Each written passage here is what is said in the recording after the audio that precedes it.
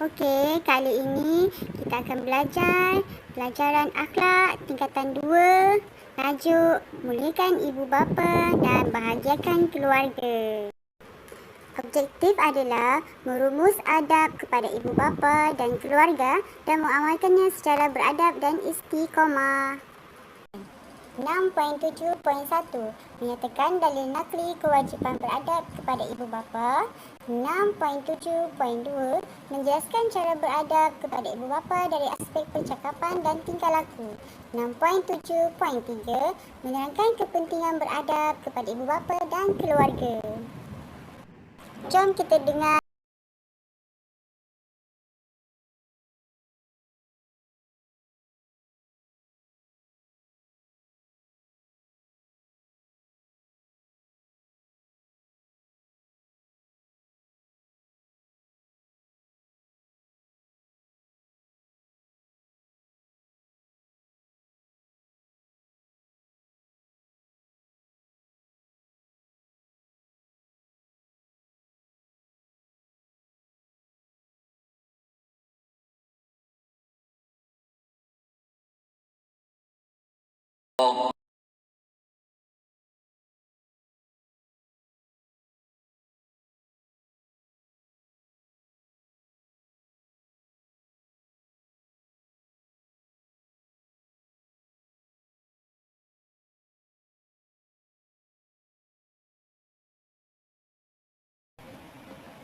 Dari aspek percakapan, 1.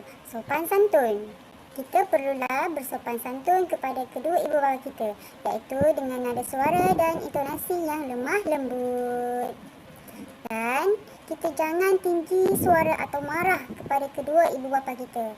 Jangan buat ya, berdosa. Okey, dan yang kedua, cara kita beradab juga, kita tidak menyetah percakapan ibu bapa kita. Macam mana tu cara dia? Okay, cara dia iaitu kita mestilah dengar betul-betul. Beri perhatian. Okay, kita dengar dengan penuh perhatian setiap perkataan yang diucapkan oleh kedua ibu bapa kita. Okey, itu tanda dia kita beradab kepada mereka. Dan jangan sesekali tutup telinga. Jika kita tidak rasa setuju, kita perlu diam. Dan jangan membantah atau berbantah-bantahan dengan kedua ibu bapa kita.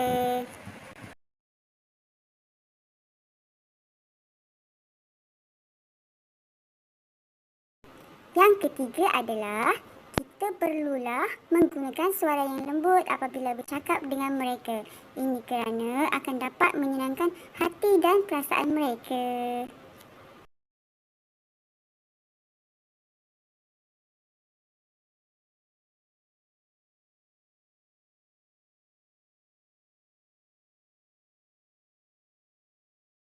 Okey, bukan itu sahaja.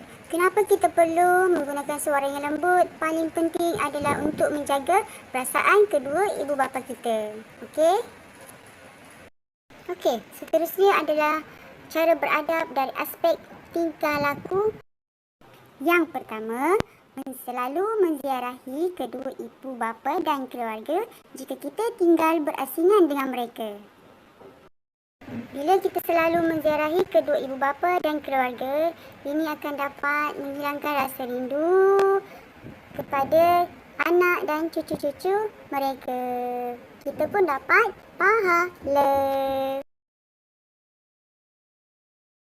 Yang seterusnya adalah kita sebagai anak juga perlu menjaga hubungan baik dengan kawan kepada ibu bapa kita. Kenapa? Dengan ini akan dapat mengeratkan lagi hubungan silaturahim dalam masyarakat dan mengelakkan daripada pergaduhan ataupun perpecahan. Dan yang ketiga adalah apabila kedua ibu bapa kita ataupun keluarga dalam keadaan sakit, kita perlu merawat dan menjaga mereka.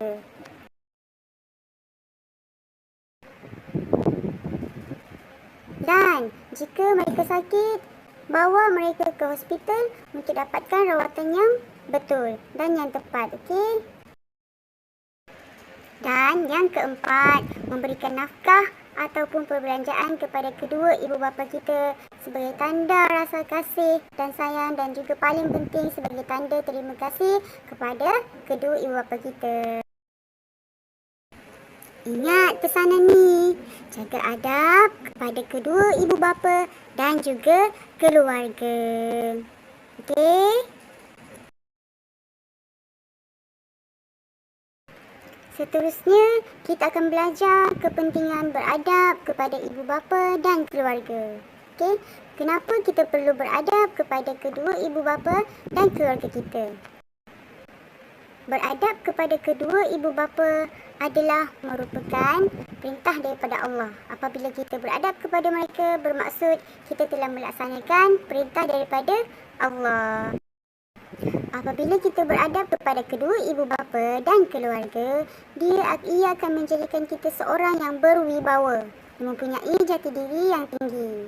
Ini akan dapat membantu kita sebagai seorang umat Islam untuk berjaya di dunia dan akhirat.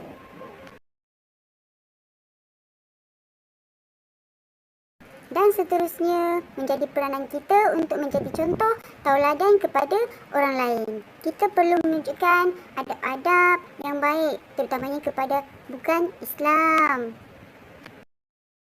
Dan yang terakhir adalah kenapa amat-amat penting untuk kita beradab kepada kedua ibu bapa dan keluarga. Ini akan dapat membina sebuah keluarga yang bahagia.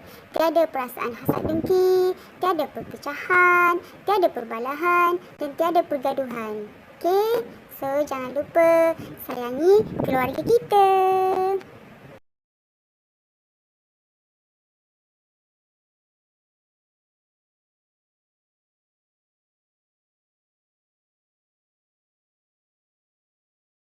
Jangan lupa like, komen dan subscribe.